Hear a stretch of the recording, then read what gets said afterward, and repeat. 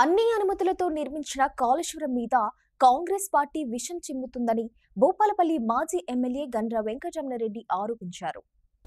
తెలంగాణ గొంతు తడపడానికి కేసీఆర్ కాళేశ్వరం నిర్మిస్తే కాంగ్రెస్ ప్రభుత్వం అసత్యపు ప్రచారాలు చేస్తుందని కాంగ్రెస్ సర్కార్ ప్రచారాన్ని తిప్పికొడుతూ రాష్ట్ర మాజీ నీటి పారుదల health minister MLA Thanneeru Harish Rao చేసిన పవర్ పాయింట్ ప్రెజెంటేషన్ను భూపాలపల్లి జిల్లా బీఆర్ఎస్ పార్టీ కార్యాలయంలో బీఆర్ఎస్ నాయకులతో కలిసి మాజీ ఎమ్మెల్యే గండ్ర వెంకటరమణారెడ్డి వీక్షించారు.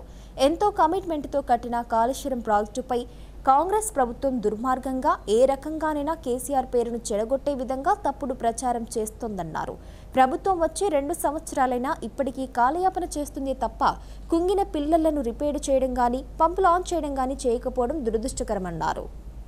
కాళేశ్వరం ప్రాజెక్టు పైన ఒక కమిషన్ వేసినటువంటి కమిషన్ నివేదికను కేబినెట్లో చర్చించినట్టుగా లీక్లను ప్రభుత్వం విడుదల చేయడం జరిగింది. గతంలో ఇరిగేషన్ శాఖ మంత్రిగా ఆర్థిక మంత్రిగా పనిచేసినటువంటి హరీష్ రావు గారు పవర్ పాయింట్ ప్రజెంటేషన్ ఇవ్వడం జరిగింది. ఈ కాళేశ్వరం ప్రాజెక్టు మన జిల్లాలో ఉన్నది. తెలంగాణ రైతాంగానికి ఒక అదృష్టంగా వచ్చినటువంటి ప్రాజెక్ట్ ఇది. ఎంతోమంది పాలకులు పరిపాలన చేసిన కొన్ని వేల లక్షల టీఎంసీల నీళ్లు నిరుపయోగంగా సముద్రంలో కలిసిన బీజేపీ అధికారంలో లేనప్పుడు శ్రీ విద్యాసాగర్ రావు గారు గోదావరి నీళ్లను పట్టుకొని మొత్తం తెలంగాణ వ్యాప్తంగా పాదయాత్ర చేసిన సందర్భాలు, ఈ ప్రాజెక్టు కడితేనే ఉపయోగంగా అవుతుందని చెప్పినటువంటి నాయకులను చూసినాం.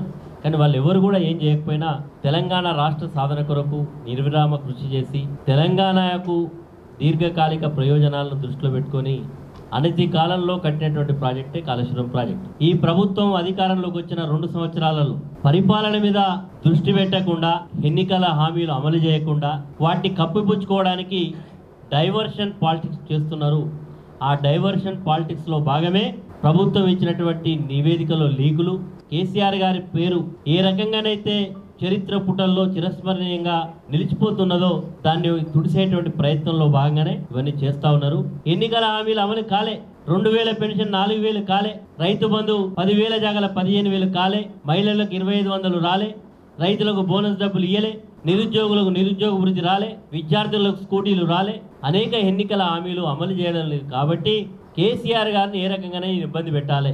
కాబట్టి ఆ ఇబ్బందులో భాగమే ఈరోజు కమిషన్లు. ఈ ప్రభుత్వం వచ్చిన తర్వాత 2 సంవత్సరాలు అయింది. ఇప్పటికీ కాలయాపన చేస్తున్న ఇరిగిపోయినటువంటి పిల్లర్లను రిపేర్ చేయడంలో కానీ పంపులు ఆన్ చేయడంలో కానీ ఈరోజు మీరు వేసినటువంటి కమిషన్ వేసినప్పుడే మాకు తెలుసు ఇందులో ఏదో కుట్ర కోణం ఉన్నది. ఖచ్చితంగా కేసీఆర్ గారు పేరును ఇబ్బంది పెట్టాలి, ఆయన ఉండేటువంటి ఇమేజ్ను తగ్గియాలనే ఉద్దేశంలో భాగంగానే వేస్తున్నటువంటి కమిషన్లని ప్రజలందరికీ తెలుసు. కానీ నిజం నిలకడ మీద తెలుస్తున్నది. ఖచ్చితంగా ఈ ప్రాజెక్టు తెలంగాణ వ్యవసాయ రంగానికి, తాగునీటి అవసరాలకు, పారిశ్రామిక అవసరాలకు కట్టినటువంటి ప్రాజెక్టు. మీరు ఎన్ని ప్రయత్నాలు చేసినా, మీరు ఎన్ని దుష్ప్రచారాలు చేసినా తప్పకుండా కేసీఆర్ గారిని మీరు ఏమీ చేయలేరు.